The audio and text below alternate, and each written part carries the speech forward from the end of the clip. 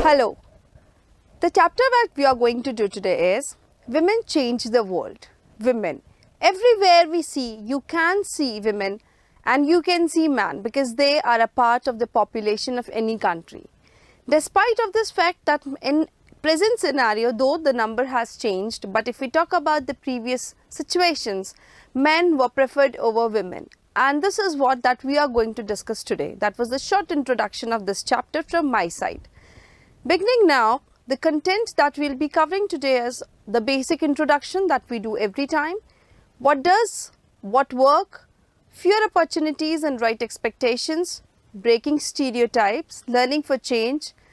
One of the famous ladies, Rokia Shekhawat Hussain and her dreams about Lady Land, schooling and education day, women movement, campaigning, raising awareness, protesting and showing solidarity. What did you observe in these images? There are few images on the slides if you can see, and what do you see in these images? Yes, that these stamps, these postages stamps have the pictures of one or more famous women who have done exceptional jobs or they were either exceptional in their life. So, why are these postage stamps dedicated to women, and were all these women from same field work? Yes or no? And certainly if whatever is visible, if this is Mother Teresa and Indira Gandhi, these are the pictures of different women. That means they were certainly from different fields, because one is from a social field, the other is from a political field. But despite the fact that they were from different fields, they did something in their life because of which, like a tribute, their pictures were placed on the postages stamps. Moving on, we'll talk about the famous Indian personalities. Again, I am showing you over here the images of few famous Indian personalities. Women played an important role in the democracy of India. You know, when India was under British control and we were struggling for our freedom, at that time it was not only the men who struggled for the freedom. Indeed, there was some contribution and some important contribution of the women too. There are many reformers such as Raja Ram Mohan Roy, Sir Syed Ahmad Khan, Ishwar Chandra Vidyasagar, who fought for the upliftment of women. But did all these women enjoy equal opportunity? What are the changes that are faced by a woman in a male-dominated society for seeking equal opportunities? These are the two questions that I am putting across, and I want you all to think about it. That is that so that all the women, they get the equal opportunities like all the men they receive when they want to move ahead in their life, or is it somehow there is some sort of discrimination that is being faced? And if you think that your answer is yes, if you say yes ma'am, women have to fight a lot to have the same opportunities as men, then the next question that I have put across is like, what are the challenges that they have to face? Fewer opportunities and rigid expectations. As the title itself suggests, that all the opportunities are not same as it is for men, for the women. Everyone believes that women are good at only certain jobs. So this has created a stereotype because of the same opportunities which are not available to women as they are for men. Like in this picture, you see there's a lady who is cooking and then there is a lady who is teaching. Something that I am doing, you know. Whenever I talk about certain professions, the first image that will click to your mind will be of a woman, and in case of certain other professions, you will start thinking of a man. Like, think when I say astronaut, you will not think about Sunita Williams, instead you will think about Neil Armstrong. When I think about teacher, you may think about me or maybe some other female teacher, but quickly you will not think about a male teacher. Again, if I say nurse, you will think about a female nurse but not a male nurse.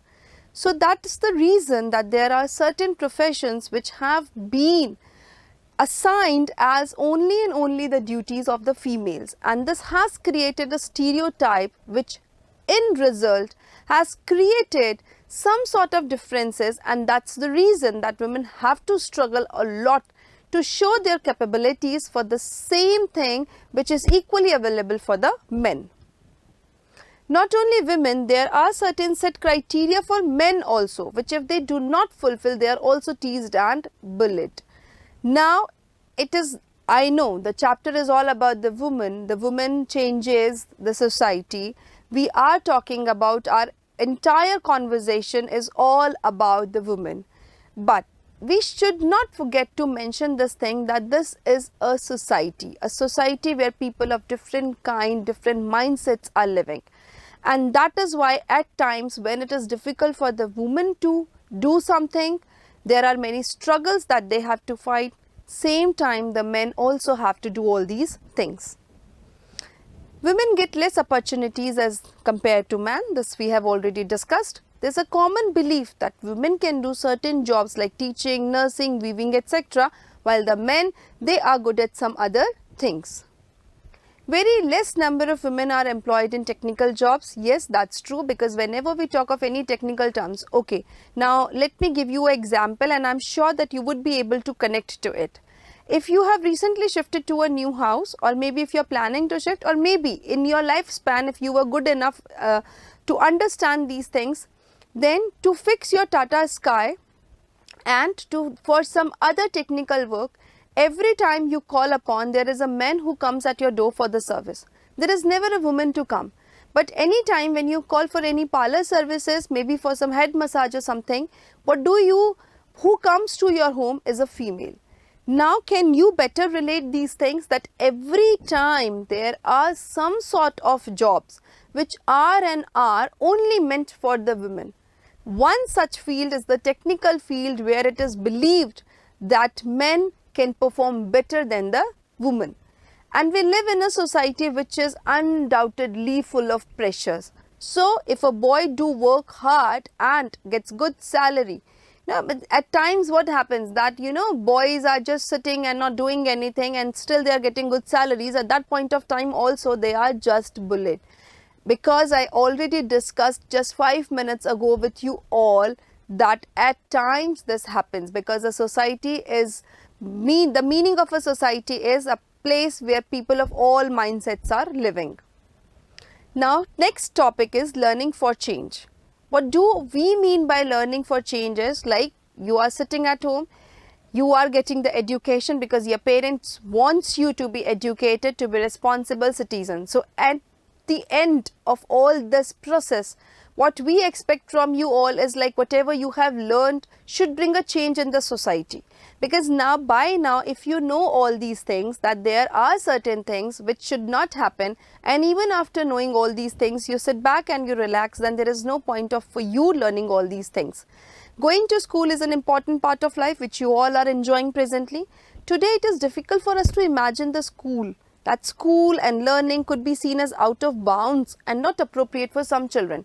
But this was not the case a few years ago, or maybe some years ago, because ask your grandparents, they will tell you that they may not have been to school in their proper life. Their whole life they have never seen what a school looks like, and they don't know that what is teaching. What do teachers teach? What do you talk about the other subjects? Ask them and they will tell you that no, we don't know anything as such.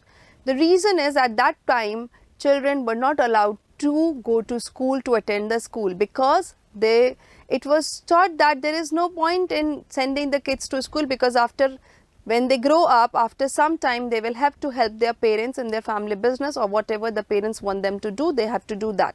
So at that point of time, education was not considered as important as it is considered now. And that is why we say that if I today in the present scenario, if I say that going to school is something which was like a dream for many, then you will not believe whatever I am saying. In the past, very few people learnt reading and writing. Most children learnt the work their families or elders did. Like if my father was a farmer, then certainly when I grow up, I have to learn the farming skills only, and that was the reason that I was not allowed to go to school. Even in families where skills like pottery, weaving and craft were taught, the contribution of daughters and women were taught only as supportive.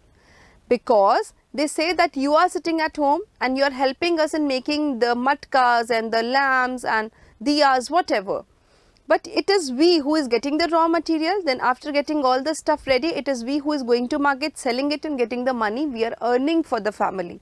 And that's the reason that even after doing all the household chores and after helping father or husband in making potteries or in weaving business, whatever business was there, it was considered that they are just acting as a support and not the main earning person.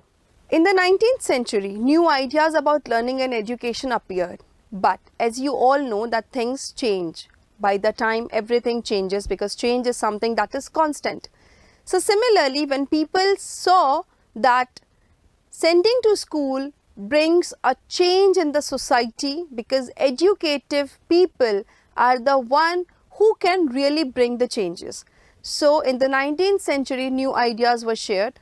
There was a lot of opposition to educating girls than ever. And when parents started sending the girls to school, there were other people who started opposing this act of theirs. They were not in the favor of sending the girls to school. In the 1890s, Ramabai championed the cause of women's education, because this lady raised the voice that no, women have all the rights, that they should also go to school and they should also get the basic education. Rokia Shekhawat Hussain learnt English from her elder brother and her elder sister in spite of her family opposition, and went on to become a famous writer.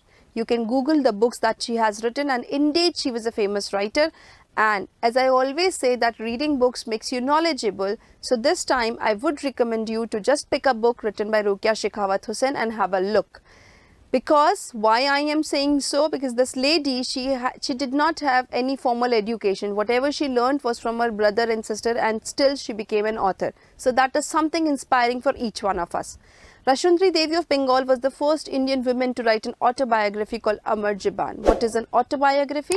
An autobiography is the story of a person written by that person himself or herself. To watch the complete video, download the Upbind educational app from Play Store and App Store.